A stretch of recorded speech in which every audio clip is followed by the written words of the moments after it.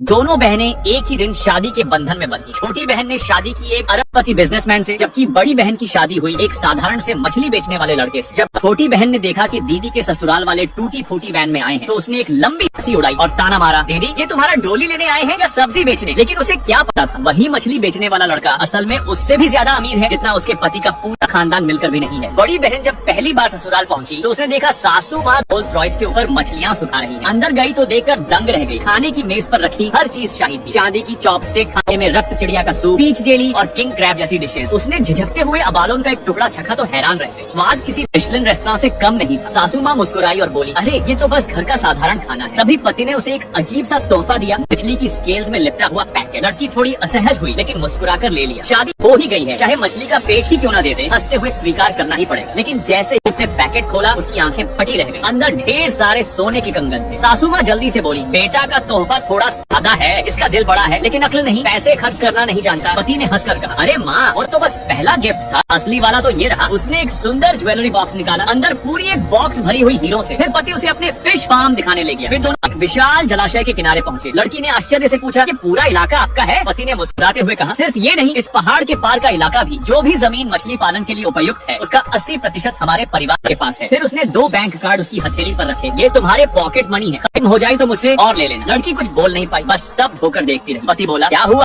कम लगे? कोई बात नहीं, सारा पैसा तुम्हारे नाम कर दूंगा। लड़की हंसते हुए बोली, तुम्हारा ये मछली का बिजनेस तो सोने की खान निकला। दूसरी ओर छोटी बहन की जिंदगी उतनी चमकदार नहीं थी जितनी उसने सोची थी। सासू माँ उसे दिन रात डांटती, जरा सी गलती पर थप्पड़ जड़ देती। एक दिन बोली, अगर ज्यादा बोलने की कोशिश की तो तुम्हारे मायके वालों को मैं कभी बिजनेस एसोसिएशन में जगह नहीं दिलवाऊंगी। अब वो चाहकर भी कुछ नहीं कह पाती थी, क्योंकि उसका मकसद ही था अपने मायके को उस बिजनेस एसोसिएशन में शामिल कराना। इधर बड़ी बहन करोड़ की मालकिन बन चुकी थी, फिर भी अपनी मेहनत नहीं छोड़ी। वो अब भी फूड डिलीवरी करती थी। एक दिन पति ने उसे एक हाई क्लास पार्टी में बुलाया। वो अपनी डिलीवरी यूनिफॉर्म में ही पहुंच गई। माहौल में बिल्कुल मिसफिट लग रही थी। तभी उसकी नजर पड़ी, वहाँ भी उसकी नजर पड़ी, वहाँ उसकी छोटी बहन भी मौजूद थी। वो चुपचाप निकलने लगी, लेकिन छोटी बहन ने देख लिया और जोर से बोली, अरे ये तो हमारी पुरानी नौकरानी जैसी लग रही है। सबके सामने उसने मजाक उड़ाया और पति से कहा, जानते हो ये पहले हमारे घर में काम करती थी। फिर उसने दीदी के हाथ से ड्रिंक छीन ली और सीधा उसके चेहरे पर फेंक दी। बड़ी बहन का गुस्सा फूट पड़ा, तुम्हें क्या हक है मुझे इस तरह अपमानित करने का? छोटी बहन हंसी और बोली, तुम्हारा मछली बेचने वाला पति यहाँ आने के लायक नहीं है। ये जगह बिजनेस टाइकून की है। लेकिन उसे जरा भी अंदाजा नहीं था कि जिस पति का वो मजाक उड़ा रही है वही जल्द उसकी औकात दिखा देगा। तभी छोटी बहन अपने पति से फुसफुसाई, मुझे लगता है इसने कुछ चोरी किया है, जरा चेक करवाओ। लड़की का सर्च करवाया गया और जब उसने विरोध किया, छोटी बहन ने उसके हाथ का गोल्ड ब्रेसलेट झपट लिया। देखा,